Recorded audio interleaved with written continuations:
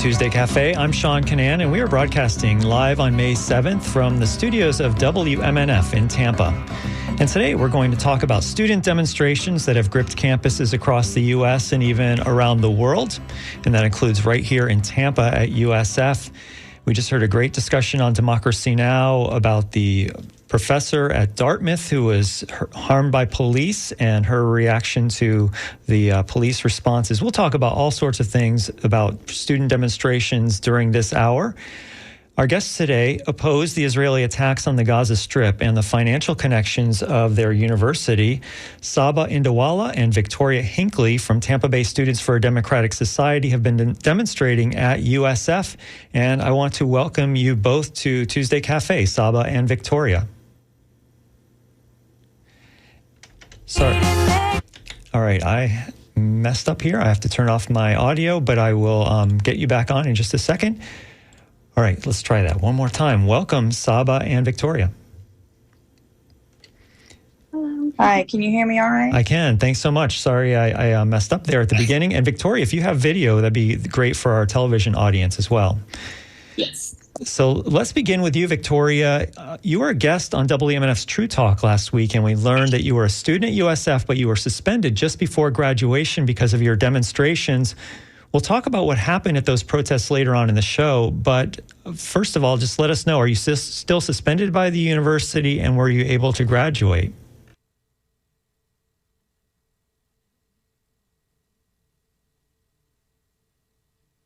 Saba, then.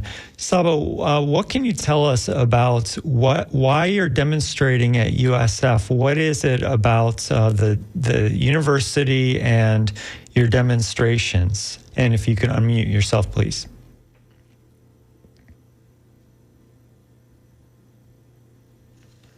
Yeah, so we Tampa Bay SES led the encampments at USF, the community in support of us and other student groups in support of us, to demand for things from the university. And they were to disclose investor information to the student body, since, students pay tuition, they should know where their tuition is being, where their tuition is going to. And then also USF divests now or immediately, since from my understanding they have student government has made resolutions to divest, but the university has never gone through with them. And then the third demand is to release a statement in support of Palestinian and Arab students, since after October 7th, the university president came out with a statement in support of Israeli students, and ever since, or in their whole entire history, they've constantly never been in support of Palestinian or Arab students. And then our fourth and last demand is to stop attacks on student movements for Palestine. Yeah. Thanks. And that's Saba Indawala, who is with USF. And are you a student? And what's your major there? Yeah, so I'm a current sophomore in sociology. And we also have, joining us again, is Victoria Hinckley from Tampa Bay Students for a Democratic Society. And before we lost you a second ago, I was asking you if you were still suspended and if you were able to graduate over the weekend, and if you could unmute yourself. Yeah, sorry about that. So I was a senior at USF, and I was suspended on Tuesday after, USF used tear gas and rubber bullets and flares against students on campus. And they charged me with multiple conduct violations, student code of conduct charges, and they suspended me, an interim suspension, which just means that it could be lifted at any point. But right now it's still in place. And they wouldn't let me walk at my graduation ceremony on Sunday. It was scheduled for. So they wouldn't let me graduate. They have my record on hold. They still have me suspended. And I basically have to go through the whole conduct process and through multiple hearings to, get the suspension lifted and see if they will give me my diploma. We'll try to keep posted with that as we go, as you go throughout that process. So all these demonstrations kind of are based on the Israeli occupation of Palestine and also of the attacks that have happened since Hamas's October 7th attacks. And so let me read the latest. At least this is the latest as of the last time I looked. Things could have changed quickly, but via AP, an Israeli tank brigade has invaded the Gaza Strip and seized control of the Gaza side of the Rafah border crossing with Egypt. Authorities say Israel is moving forward with an offensive, even while ceasefire negotiations with Hamas remain on knife's edge. Today's ground invasion came after hours of whiplash in negotiations. Hamas said yesterday that it had accepted an Egyptian-Qatari mediated ceasefire and hostage release proposal, but then Israel insisted the deal did not meet its core demands. So let's back things up to before we had these major protests and arrests last week on USF campus. So maybe Victoria, can you talk a little bit more about what Saba mentioned earlier about your demands that USF divests from Israeli military? Yeah, definitely. So actually, I think it was back in 2021 or 2022, Tampa Bay SDS actually had a campaign. It was our central campaign at the time to get USF to divest from Israel because they have multiple investment portfolios that show that they invest in companies like Boeing and I don't think they invest in Boeing, but they do invest in companies like Caterpillar and HP. And those are two companies that have very heavy ties to Israel. And we see, the machinery from Caterpillar being used to tear down, Palestinian homes that have been there for centuries. And we see Hewlett-Packard, HP being used at border checkpoints to, imprison Palestinians for trying to travel in their own homeland. So, we know that USF does invest in these companies. They're trying to keep things, secret from students. They don't want us to see what companies they're investing in because they don't want us to know, what other things that they're investing in that do have more connections to Israel right now. And that kind of is where the disclosure demand comes in, is that we want disclosure from USF, disclosure of their investment portfolios to, show students where our tuition money is going, because, that's our tuition money. We believe that we should have a say in where that money goes and where it's invested in. And yeah, the divestment demand just means that we, don't want any ties from USF to Israel, and we don't want any investment from our tuition money into companies that are supporting the genocide of Palestinians right now. That's the voice of Victoria Hinckley, and our other guest is Saba Indawala. They're from Tampa Bay Students for a Democratic Society, and we're talking about their campus demonstrations and also the response by USF. If you're listening live here on May 7th and you'd like to join the conversation, you can give us a call at 813-239-9663. You can also email dj@wmnf.org, or you can send a text to 813-433-0885. I'm Sean Canan. This is Tuesday Cafe coming to you from WMNF Tampa. So in response to your calls for divestment, USF put out a statement last month, April of 2024, on their investment policy. It said, for more than a decade, some individuals have campaigned for USF to divest funds from companies with ties to Israel. USF's consistent position has been and continues to be that the university will not divest. USF's investments are guided by its mission, fiduciary responsibilities, and state and federal laws. USF does not select individual stocks or companies for investment. USF will continue to make summary information about investments public, consistent with the university's investment policy and legal requirements. So that's the statement that USF put out kind of at the beginning of these protests. Saba, maybe you could tell us how you feel about that statement, about whether that meets your demands. If you could unmute, please. Yeah, I think, the school should be divesting in companies that the student body wants them to divest in. And I mean, we've seen countless protests on campus. We've seen many people in support of the movement, of the student movement, for these universities to divest from companies that are, funding the genocide in Israel. And would you like to add anything, Victoria? Yeah, I could add a little bit. I think that statement definitely doesn't meet our demands. They're kind of taking a neutral stance, if any, when we know that, they're fully supporting Israel. They put out a statement after October 7th saying that they support Israel. But yeah, USF basically tries to claim that they're neutral and their investments, aren't based on any political stance, while at the same time maintaining this kind of rhetoric that Israel has the right to defend itself. So it's hard. It's very contradictory for them to say that they're neutral in this, and then for them to also say that they support Israel. So they're kind of trying to play both sides, but obviously, as Saba said, students are seeing right through that. Students aren't, we're not going to allow this to continue any further. We're not going to allow our tuition money to go towards a genocide anymore. And some students at USF were so insistent upon this that they took it upon themselves to have a hunger strike on campus. Were either of you involved, or what can you tell us about what that hunger strike was and how it ended up?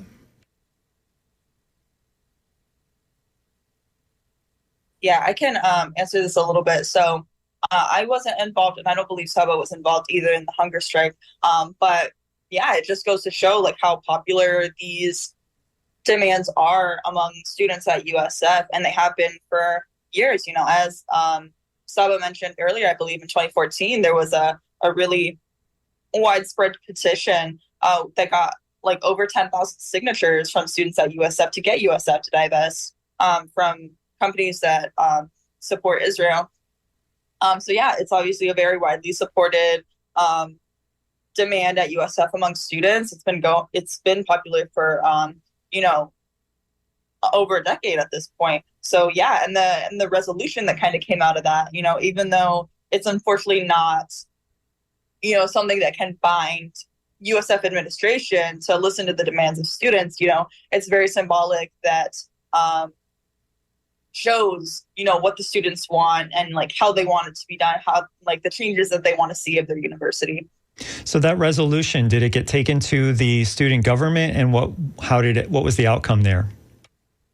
Yeah, so I believe it went to a vote at the student government, and it passed very narrowly, because there was actually a lot of kind of discourse among student government. There were people on kind of either side, I guess, as you would say it. So there was some disagreement within student government there, but it did pass. So it's a very positive thing regardless. But I think you had pointed out that it's mostly just to kind of get the feeling of where the students lie, and there's no requirement that the administration has to follow through. Correct. Yeah, because even back in 2014, I keep bringing up the petition that got thousands and thousands of signatures from students. It was kind of just vetoed by the president and by administration, because it's not binding. It doesn't demand anything. It demands things, but it doesn't create this kind of requirement of divestment. It just kind of shows, look, this is what students want, and it's kind of up to admin at that point if they want to listen to the demands of students. And obviously, as we've seen, they're not listening to the demands of students. Our guests are USF protesters Victoria Hinckley, who we're just hearing from, and also Saba Indawala.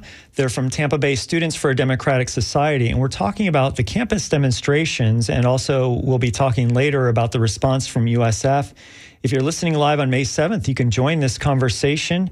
You can call 813-239-9663. You can email dj@wmnf.org, or you can text 813-433-0885. I'm Sean Canan, and this is Tuesday Cafe. We're coming to you live from WMNF in Tampa. So your group is Students for a Democratic Society, Tampa Bay, SDS. Tell us about that group. What are the origins of that group, and what are your goals and mission, and how many people are in it, and so on? Saba, can you take that one? Yeah. Were you asking what are we? What is SDS? Oh, so SDS, well, Tampa SDS is a chapter of a national Students for Democratic Society, which is like I said, national action-oriented activist organization. We're focused on multiple issues, and we're like student and youth-led, and we have chapters all over the country. And Tampa SDS, currently we have a campaign against DeSantis's HB 999, which or House Bill 999, which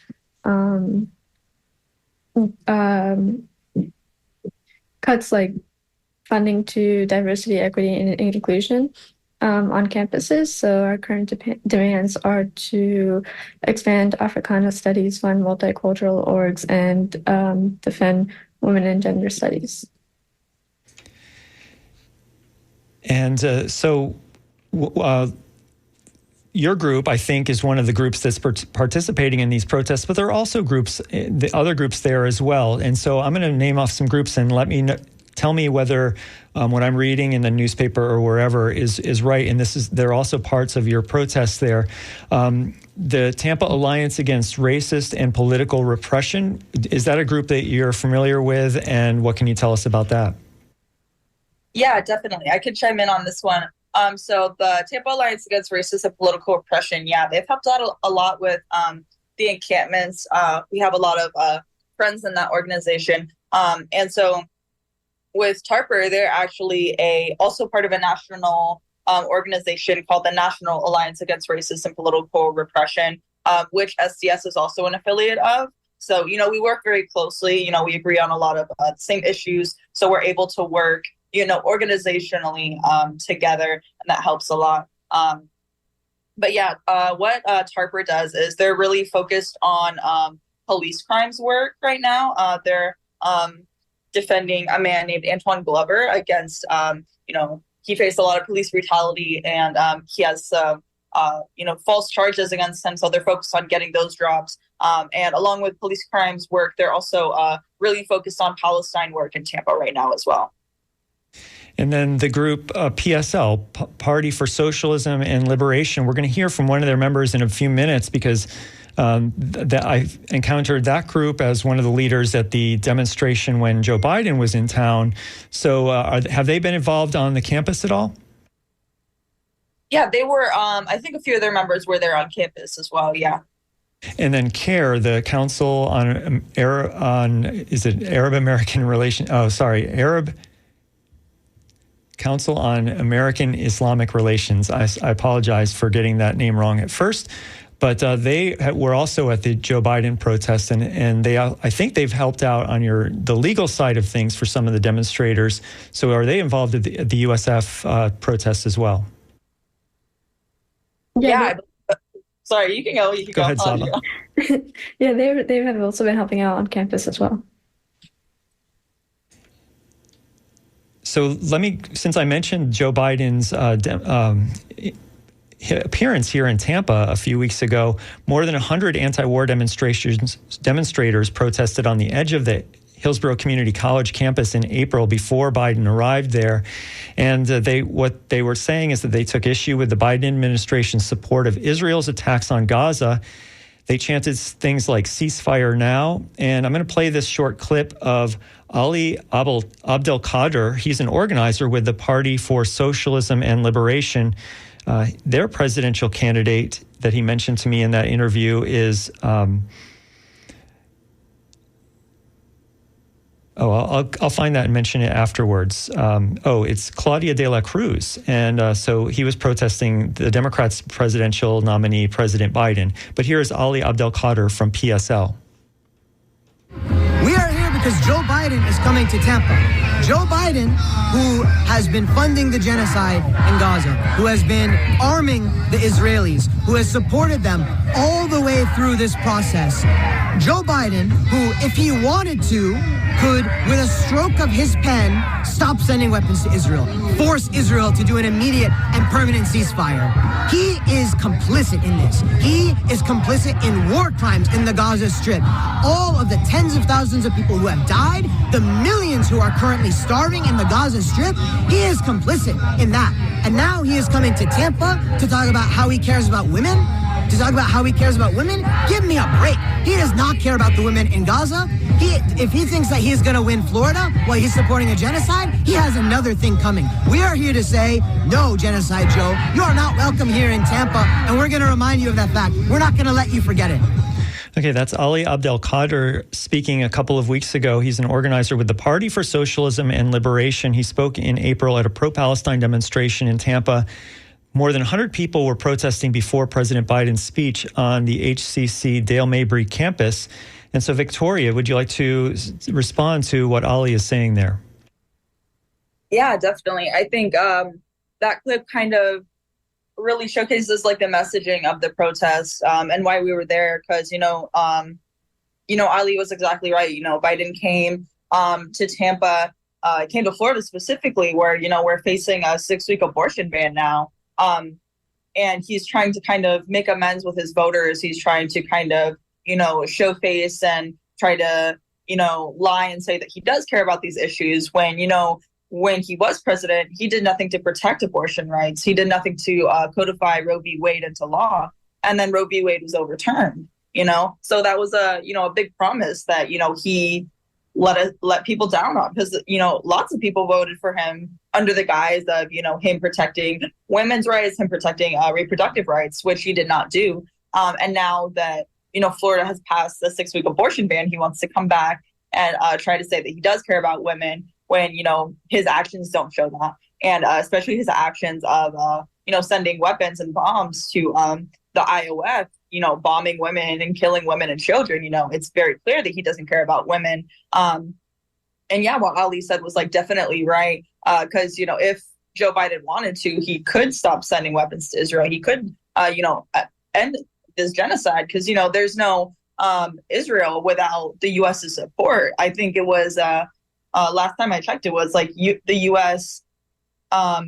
Provides like 69% of Israel's weapon manufacturing. So, it's our responsibility as people in the U.S. To demand these things of, our administration, our presidential administration, and demand things of, the institutions that we're a part of, like what we're doing at USF. Our guests are Victoria Hinckley and Saba Indawala from Tampa Bay Students for a Democratic Society. They are USF protesters, and we're talking about their demonstrations at campus and the response by USF. And we're going to go to the phones in just a second to take a phone call from St. Petersburg. And if you're listening live on May 7th, you can also join this conversation. You can call 813-239-9663. You can email dj@wmnf.org, or you can text 813-433-0885. If you're like area code 970 out there and you want to insult people, I'm not going to read your comment. You can be sure about that. But if you have a serious question or comment to make, you can sign your name to your text and we'll put you on the air.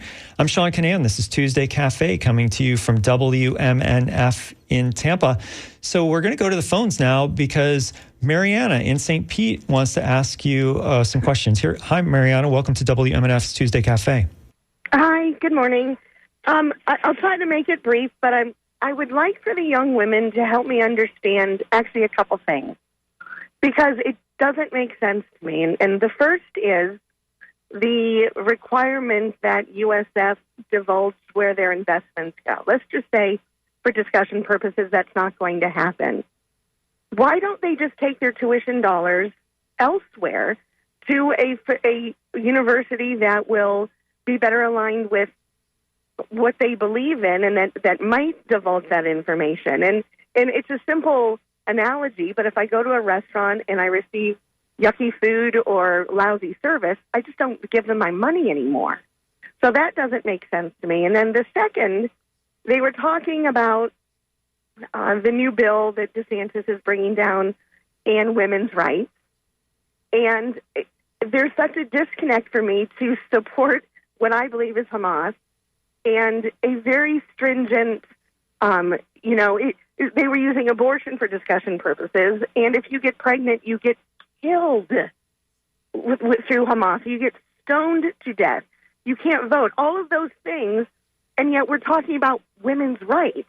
I don't understand. And I legitimately would like for them to help me understand that point of view. Okay, Mariana, thanks for the questions. And would you like to take either of those questions? How about we'll start with Victoria? Yeah, sure. So, for the first question, I think if students were to, leave USF and find a university that, does align with their beliefs more, I think, that'd be really hard to find because, a lot of universities in the U.S.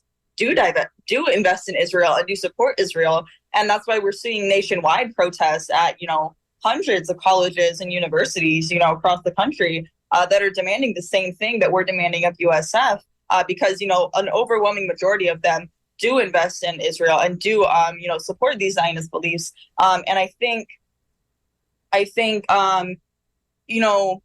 what kind of first came into my head was, I've lived in Tampa for over 15 years. This is my home. And I've gone to USF for 4 years. I wouldn't want to just, leave and give up. I want to see it improve. I want to see it change for the better. And that's why I'm fighting this fight for USF to change. I don't want to just, give up and leave people at USF to continue this fight. I want to be part of the fight. I want to be, fighting this, good cause.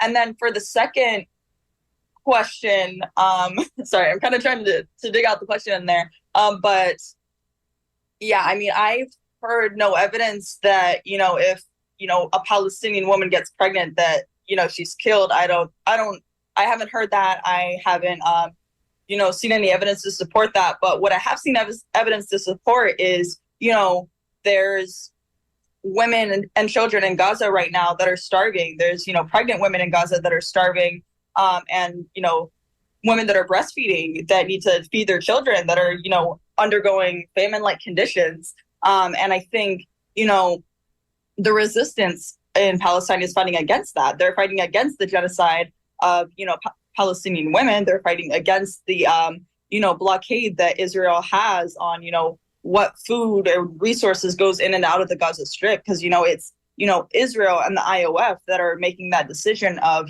where the food goes, where the water goes in Gaza. And right now they have no access to that because of Israel, because of the IOF. So the Palestinian resistance is fighting against that and fighting for the liberation of their people. Thanks for the call, Mariana. Appreciate the questions from you. Thank you so much. Bubba writes in, he says, are the USF students getting support and solidarity from other Tampa Bay colleges like HCC, St. Leo University, or Eckerd College? And Bubba concludes his email by saying, these students are so impressive and I admire them. So Saba, are other universities joining with the USF students? Not that I'm aware of we haven't had students come out physically from other universities, but we have had support from other organizations and even from other organizations in the Tampa Bay community. Sorry,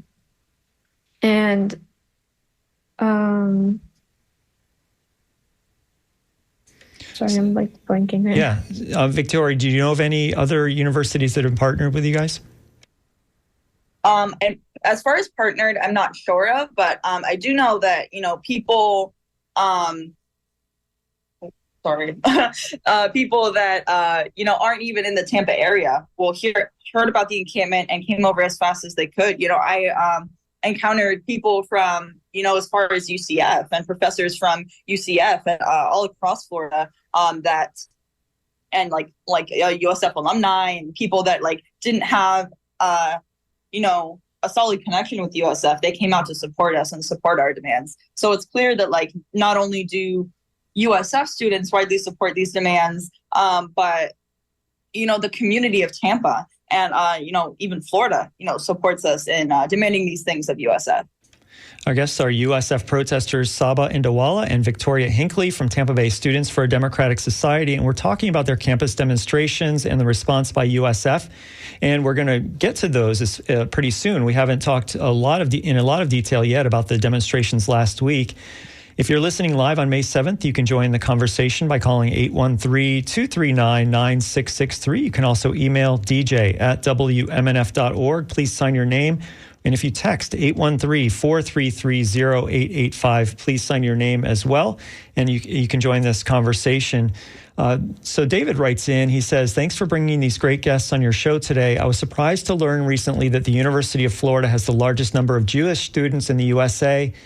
And he says, I think it's close to 10,000 students between undergrad and grad students. And he asks if you know how many Jewish students are at USF. And David concludes his email by saying, I went to New College when it was part of USF back in the 90s. We always had great student activism movement there. I was curious whether your guests are working with any of the legacy students at New College. And he says, unfortunately, the new administration there is meant to remake it into a Hillsdale College of the South. So thanks for those questions, David. Would either of you like to take on any parts of David's questions there?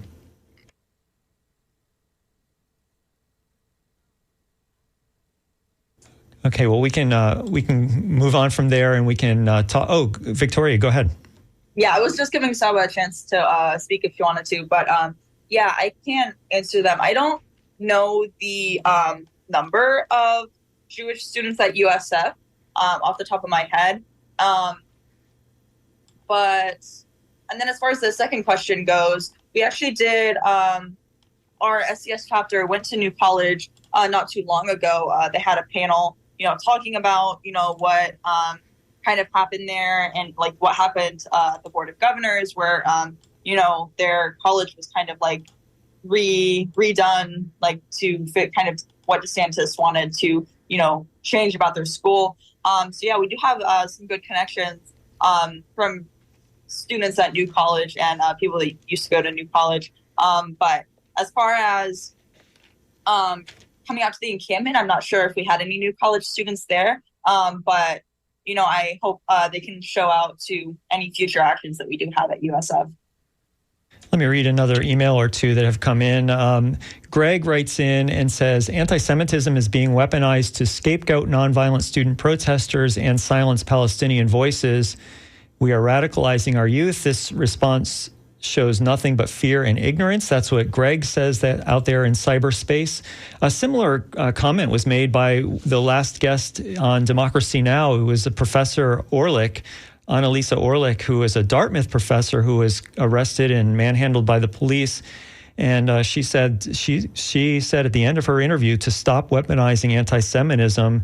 She said it's offensive and it's wrong. It was also pointed out that she's, I think, a professor of Jewish studies there at Dartmouth and Jewish herself. And so she's echoing there what Greg's comments were in that email. Any thoughts about what Greg just said? Saba, would you like to respond to that?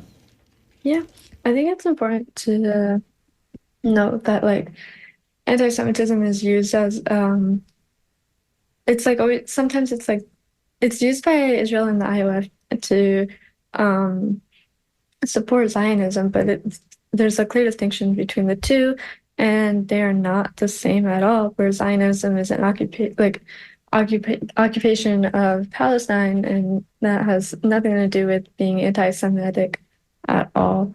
And it's important to note the difference in the two and not relate them at all. And Victoria, so I'm going to send this next question to you.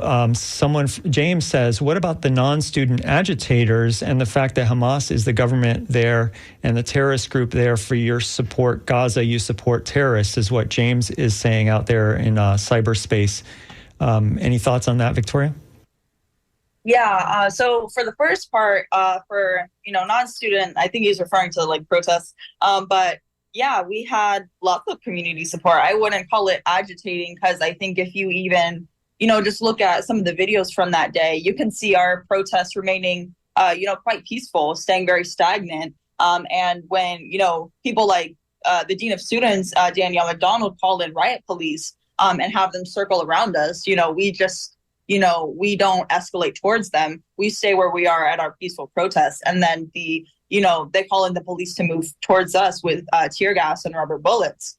So, I wouldn't call it agitating, but we do have the community support. The past week at USF has made that clear, if anything, that the community of Tampa is rallying around the students right now, and they're supporting our demands for divestment. And yeah, I would say that's a really positive thing, because, USF is built in a community. So, it's important that we have both of that support. And, Tampa has one of the largest Palestinian communities in the whole country. So it's important that we have the community's backing and the community support right now. And then, so for the second question, I think that, I think people are really quick to label terrorism as anything that they see that's, not really on par with what they believe or what they want to think. But, when you think about it really plainly, what the battle that Palestine is fighting right now is for liberation. They're fighting their Zionist oppressors. They're fighting, an army that has occupied their land for over 75 years now. And, they have a right to resist. They have a right to rebel. People, they're having their ancestral homelands taken over. They're watching their families, be killed. They have a right to resist against this, violent occupation. Because, if Israel and the IOF is using violence against them, why shouldn't they protect themselves? Why shouldn't they, rebel against that? And yeah, I think, there's a lot of people that aren't in the resistance in Gaza right now. And so I think if people don't support the resistance, they're supporting, the civilians and the people in Gaza that are, starving, the children that are starving. And especially Rafah right now, there's, it's densely populated with children. And, if anything, people should be supporting, children not being massacred and genocided. Our guests are Victoria Hinckley and Saba Indawala from Tampa Bay Students for a Democratic Society. They are protesters at USF, and we're talking about their campus demonstrations and the response by USF. And this is Tuesday Cafe coming to you from WMNF in Tampa. I'm Sean Canan. We've gotten a little bit further ahead. We haven't quite started talking about the demonstrations that happened last week. So let me get to that. If you're on the phone right now, hold on. I know there's a lot of people that want to weigh in here and want to say what they have to say, and I'm going to try to get you on later. But I do want to move us into what happened last week. So on Monday of last week, activists clashed with police at USF while they set up an encampment near the middle of campus. They're joining college activists nationwide protesting Israel's war on Gaza. Let's listen to about a minute of this report that was filed last Monday when students started to set up tents at USF, and we'll come back to our guests in just a second. From the river to the sea! From the river to the sea! Palestine will be free! Palestine will be free! A group of around 40 activists protested outside of the campus library, then marched to the MLK Plaza near the middle of campus with blankets and tents to set up an encampment. University police, school officials, and a smaller group of pro-Israel activists flanked the demonstration. Police handed out printed guidelines to some protesters. Later, things escalated when demonstrators started to set up tents. This led to a clash with police and some protesters being escorted away by the police.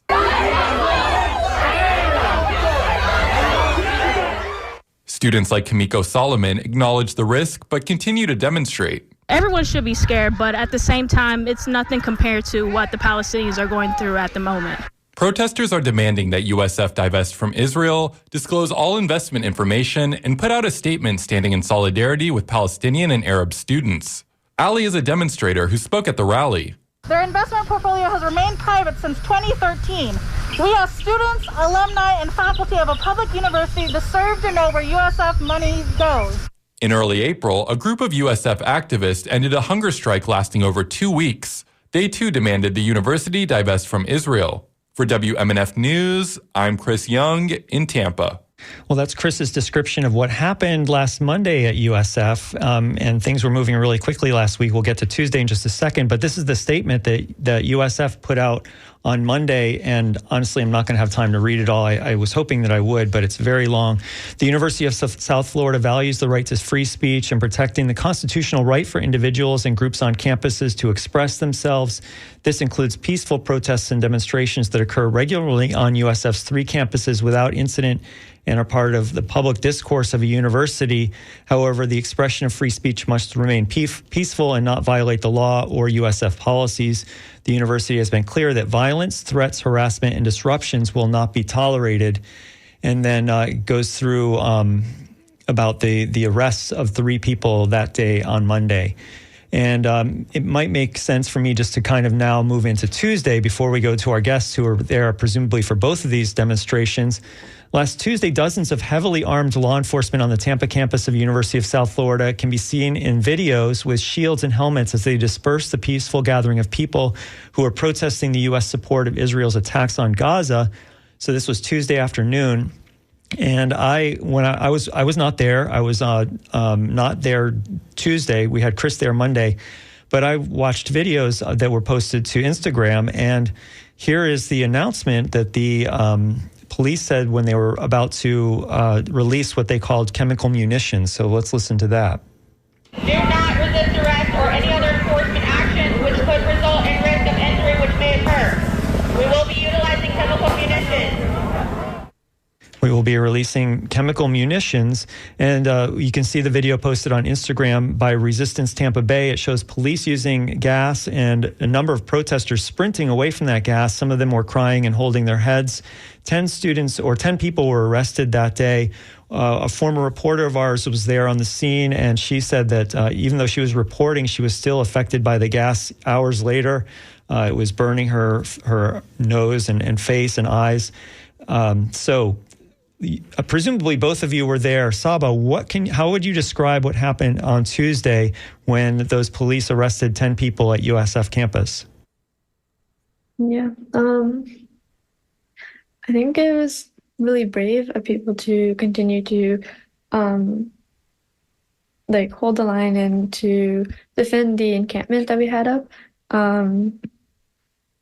It was insane that the administration called in the police and called in, I think, 6 jurisdictions against these peaceful protesters. And then we had, and the protesters had shields and helmets and such to protect themselves from the police, because the police came in riot gear. And from my understanding, I've never heard of USF deploying tear gas before on students. So this was insane. And never seen before. Were you one of the people that was arrested, Saba? No. Yeah, I interrupted you. Go ahead. You're good. And it's interesting to see how administration would rather deploy this force and fear onto students and other activists there, rather than just meeting the demands of the students. So. Victoria, you were there and you were arrested. So why don't you describe what you can add to what our description was earlier and the sounds we heard and what Saba has said. What else can you tell us about that day? Yeah, so I actually was not arrested. I wasn't arrested. I was charged with student code of conduct, alleged violations after Tuesday, but I was not arrested. I just had those charges placed against me. But yeah, I can go a little bit more into depth. We heard the dispersal order. People that were holding the line on the encampment heard the dispersal order. We said, okay, should we disperse? And they said, no, we're going to hold the line. So, they're willing to put themselves on the line and, take these risks for Palestine. It goes to show how brave people are being right now. The lengths that people are willing to go to support these demands and to get USF to divest. And yeah, Saba said, in my time at USF, and as far as I know, USF has never used tear gas against students. They've never used rubber bullets against students. So this was nothing short of historic. This was a nationwide student movement that we were taking part of, and this response from USF, it's similar to what happened at I believe it was Tulane University. We have a SES chapter there, and they were setting up an encampment. They had a tear gas used against them as well from riot cops that were called in by their administration. So, it's a pattern of universities, and especially universities, in the South that are, suppressing student protesters in this way. And as far as at USF specifically, I've encountered multiple times now the way that USF administration will call in the police to brutalize student protesters. I experienced that on March 6th, where, the Tampa Five were charged and arrested. And I experienced that the first 2 days of our encampment at USF, the brutal force that USF administration is willing to, use against protesters and use against students that are demonstrating on campus. And, they try to continue this lie that they support the right to free speech and they support, students that are protesting. But,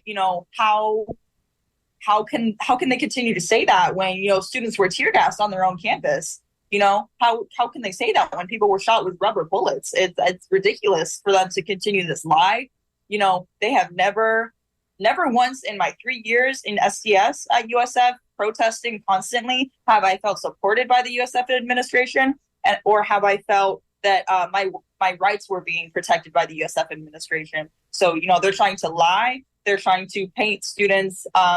They're trying to paint our student protests as being violent and being escalatory towards the police when that's not what happened. And they're trying to double back and cover their ground and trying to say that they support the right to free speech when we all know that that's not what happened on Tuesday. Our guests are Victoria Hinckley and Saba Indawala with Tampa-based Students for a Democratic Society. They're protesters at USF, and we're talking about the campus demonstrations that last week and the response by USF and by off-campus police. And if you're listening live on May 7th, you can join this conversation. I'll tell you how in just a second. I'm Sean Canan. This is Tuesday Cafe. We're coming to you live from WMNF in Tampa on May 7th. And we have some people on the line. So I do want to get to these phone calls, some of these before the end of the show, if we can get to some. But I also want to hear from you. So you can drop us a line at 813-433-0885 is the text number. You can call 813-239-9663, or you can email dj@wmnf.org. Please sign your name. So let's go now to Art in Largo. What would you like to say, Art? Yes, very, very good topic today. Thank you. I would like to respond to Mariana's two questions very briefly. Number one, divesting is a moral, nonviolent movement. It is not a political movement. Because it involves Palestinians does not make it a political movement. And number two, Mariana's opinion of Hamas as a terrorist group lacks context. Namely, Hamas was created as a response to the ethnic cleansing and occupation. It was created in 1982, some 15 years after the occupation of 1967. Thank you, Sean. All right, thank you, Art. Thanks for calling in and adding those thoughts. So appreciate everybody who's called in. Since we're on the line, let's go to Gia in Tampa. Hi, Gia. What would you like to say? Hi. First, I want to say that I'm so proud of all the student protesters nationally that have been protesting. I'm so proud. I call Tampa my home. I'm so proud to see so many brave students at USF standing up for what's right. I feel like right now is a really historic time, especially with the elections coming up and so much movement around fighting for the freedom of Palestinians in Palestine. I just wanted to ask if Saba or Victoria know of anything happening, locally, but also nationally, movements around big marches or anything around Palestine that people can go out to. All right, thanks, Gia. We will put that to our guests. So Saba or Victoria, do you know of anything? How could you respond to Gia? Yeah, so this upcoming Saturday in Orlando, there's a protest to remember the Nakba, I believe. And yeah. So Saturday in Orlando, there's a demonstration, a statewide gathering, I presume? Yes, I think at Lake Eola. Yeah, okay. At Lake Eola, we'll look into that and see what we can find out about that, unless you know more about that, Victoria? Yeah, so, there's a protest to remember the Nakba, I believe. And yeah. So Saturday in Orlando, there's a demonstration, a statewide gathering, I presume? Yeah, okay. At Lake Eola, we'll look into that and see what we can find out about that, unless you know more about that, Victoria? I don't have any details to add on that event, but I do know that we're going to be planning a protest here in Tampa on Nakba Day for the Nakba on the 15th of this month. It'll probably be in downtown Tampa, but people should be on the lookout for that flyer on our socials. So possibly something coming up this Saturday in Orlando and on the 15th in downtown Tampa or wherever it gets scheduled. So thanks for that. I hope that helps, Gia. Thanks so much for calling in. Thanks, Gia. And let's see if we can squeeze in one or two more. Let's see. Robert in Sarasota, what would you like to say? Yeah, thanks for taking my call. I was actually walking in the door from work at 5 o'clock when I saw it being advertised on I think it was Channel 8 was broadcasting it live. And everything I saw was procedurally correct. It was very satisfying to see law and order restored against just a few people who I don't even think they understand what they're protesting, because if they did, the narrative would be protesting to remove Hamas from Palestine, not from removing Israel from Palestine. So I think the American people are smart enough to see through the childish, ridiculous behavior of these freshmen, sophomores, and the people that are inciting that and allowing them to have a voice. But they can grab their signs and chant justice for Lindsay out on the sidewalk. We don't want them in our public institutions and our schools. And I think your topic today is genuine, and I get it. But most of your callers are oblivious to the reality of what's going on in the Middle East. Thanks for taking my call. All right, thanks, Robert. All right. So, Victoria or Saba, would you like to respond to any of those phone calls? Yeah, I can respond to Robert's call there. So, I think, it's actually the opposite. I think a lot of people, and especially students, are, really highly educated on this issue. I think they're, finally waking up to, the reality that Palestinians are facing right now in Palestine and in occupied Palestine. And I think, the nationwide student movement that we're seeing of encampments right now is, an expression of, their education on this. Because, I didn't know, much about Palestine and much about Palestinian liberation until I joined SCS, because we're such an outspoken group about Palestinian liberation.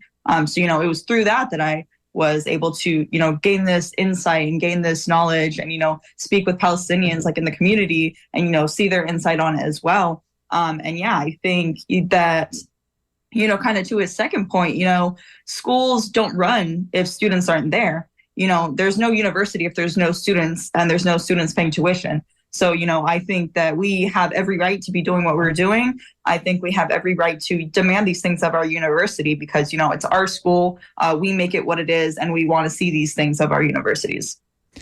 Before I get too much ahead of the game, since we have been talking about the protest that happened on Tuesday, and we are getting the response of the students who were there, I also want to talk about what the university responded. I can't read their whole statement. We don't have time, but I'll say they said, as the day progressed, police observed participants in person and through social media expressing their intent to use some of the items they brought on campus as weapons and to resist university staff members and law enforcement officers. As a result, USF police determined that the protest was no longer peaceful and participants must leave the area. There's things before that and after that, of course, but that's kind of USF's decision about why they used the police to break up the protest that they said they expected to be violent. On that note, unfortunately, we have just a few seconds left, so I just want to thank my guests for coming on Tuesday Cafe today, Saba and Victoria. Thank you so much. Thanks for having us. Thank you. Thanks to both of you. Saba Indawala and Victoria Hinckley are with Tampa Bay Students for a Democratic Society, and we've been speaking about their anti-war demonstrations at USF. You've been listening to Tuesday Cafe. I'm Sean Canan, News and Public Affairs Director at WMNF Tampa. During this time slot tomorrow, Shelley will host Midpoint. Coming up next is Wavemakers with Janet and Tom Scherberger. Their Wavemaker today is the iconic Tampa Personality Joe Redner, who has spent decades fighting against government intrusion into our personal lives. Hope you stay tuned and listen to that. Then coming up at noon is Wide Awake America with Nadine Smith. Her guest will be historian Danae Wright, who will unpack Florida's assault on academic freedom. This has been Tuesday Cafe, coming to you live on May 7th, 2024 from the studios of WMNF Tampa, St. Petersburg, Sarasota, and Lakeland. Thanks so much for listening, and thanks to my guests, Saba and Victoria.